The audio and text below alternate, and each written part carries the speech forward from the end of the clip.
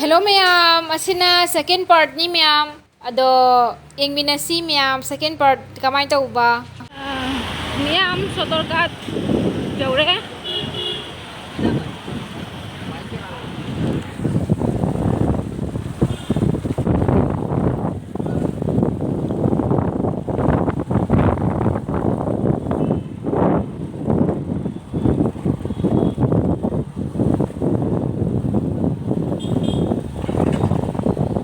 Sodorgat ki thong kakhale. Sena hana ki thong, biji sakta ki thong.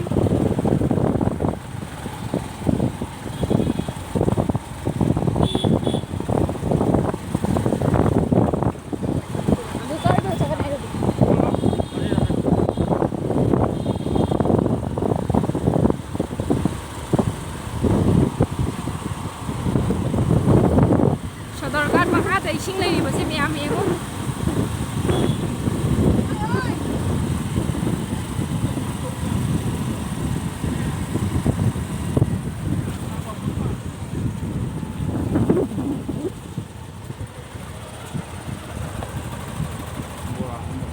Bora ke kem sawi no ba mi yam thumna ri se mi puno ki mayum thumna ri ba sem ado mobile dani na koi phajana aina una segi smai na koi uba phangamoi ai su khangi ado dum bai su khangbi ai aina haibe matuna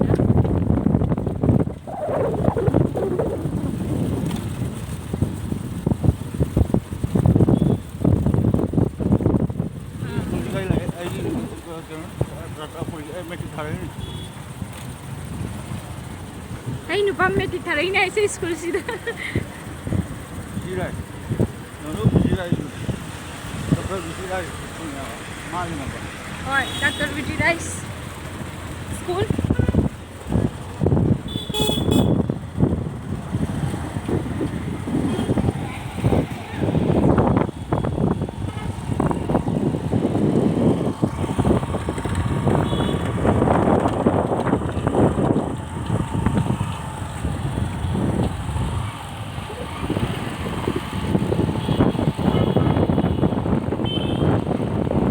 Now the bar, you know, right?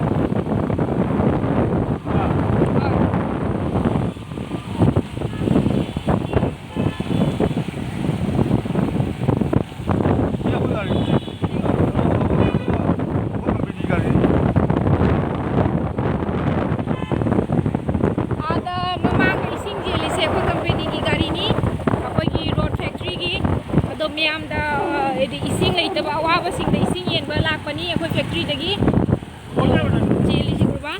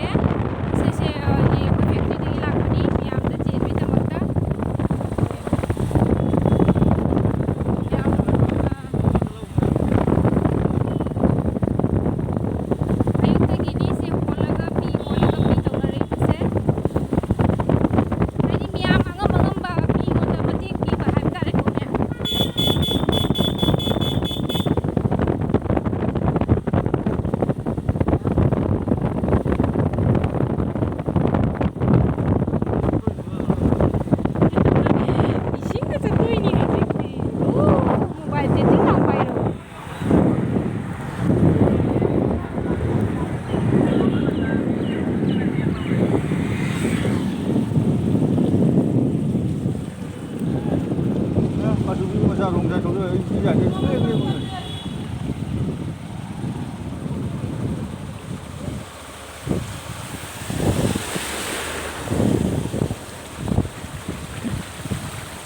ꯌꯦꯡꯉꯨ ꯃꯌꯥꯝ ꯃꯌꯥꯝ ꯂꯣꯏ ꯌꯣꯛꯅꯔꯤꯁꯦ ꯁꯤ ꯑꯣꯏꯗꯤ ꯅꯨꯡꯉꯥꯏ ꯀꯩꯅꯣ ꯈꯪꯗꯣꯛꯇꯦ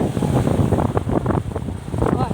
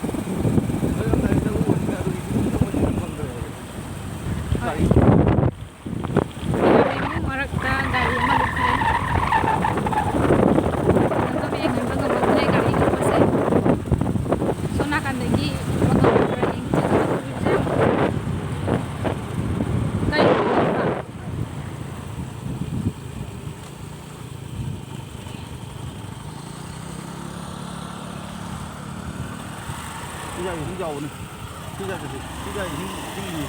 giờ thì làm dầu này.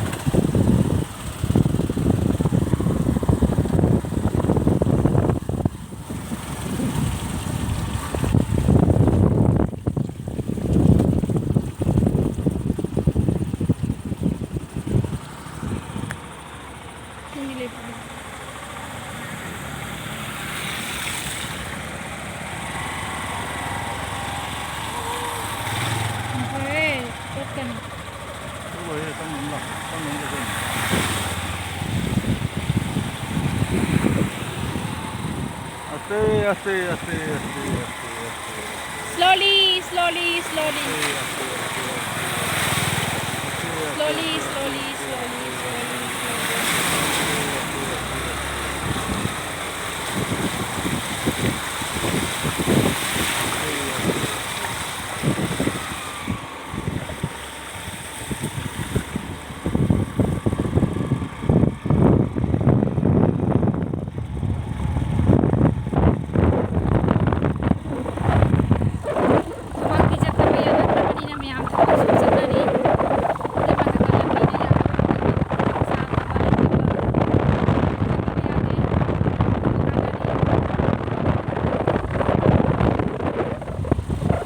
Ali ai bu itu nawi thabo ke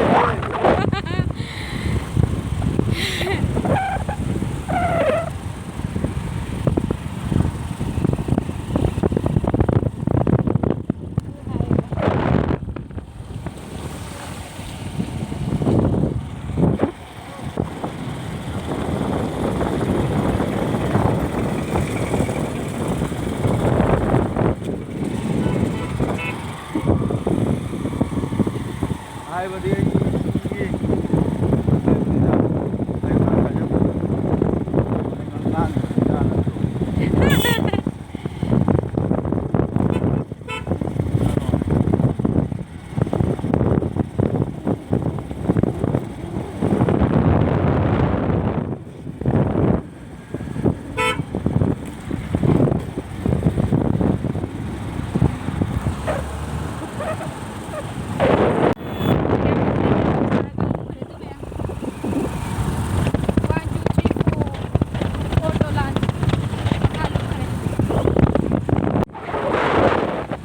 si lupe. Ayo si Lupe. Ayo si lupe. Ayo si Lupe. Lupe. Lupe. Ayo si budi lupe. Dojo makada ising tangena.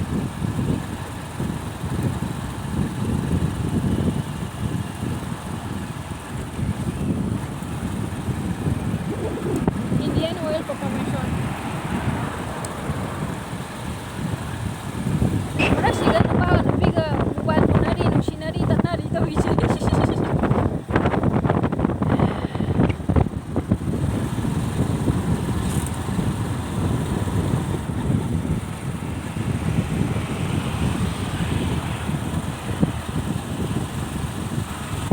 Miyamda hainanigibu romantic tawgi haidi couples oinaraga luongaga tawnabiu asmaina leisabi pakhang oiraga sarakta chalaga gari gura myam maraksida nusinaba tawnabinu mapun masa chingnaba tawnabinu ado haziki se moina video chingbada blog chingba dim yaure mi se ko ado ni do khon mai dei natre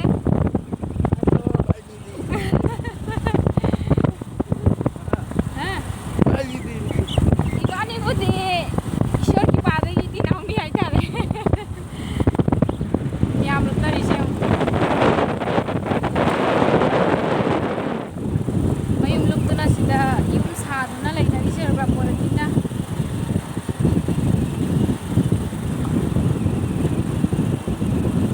pana tuna lai yam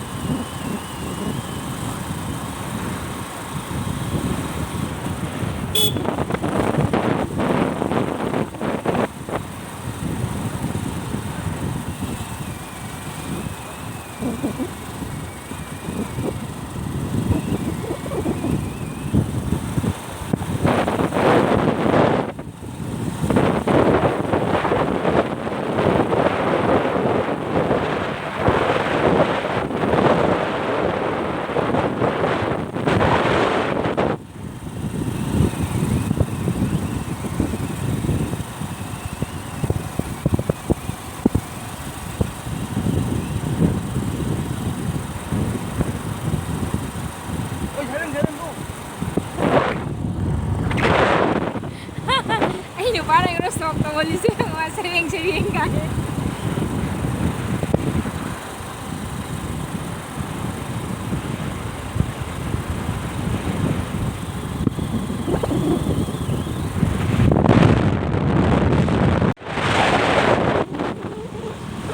Uy!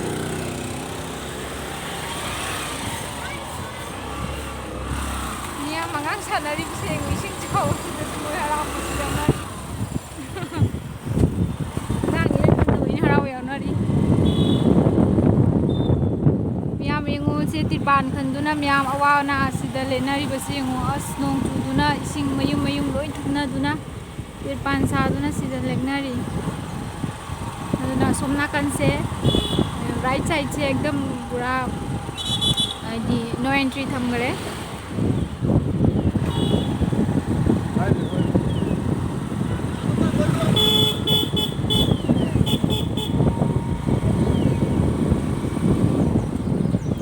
nakan song mi ising akan ni sen ni hai se miyam tu ba ising miyam se to mari bi jate yo miyam nga pa ne nga pa ri ising ni le ising ni rel se ba yo ising ni rel se ro miyam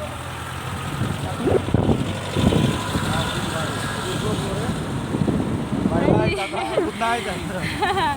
miyam vlog loi chale miyam adagi ngasi gi oina loi chale miyam soi ki ba lei ba tarasu kakpi gani hai thajai to miyam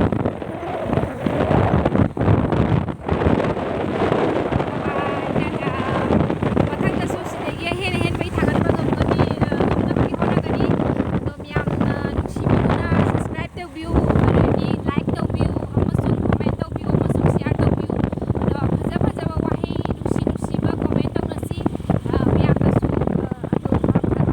bai ba comment kara gani hai na phaja ba lai to miyam su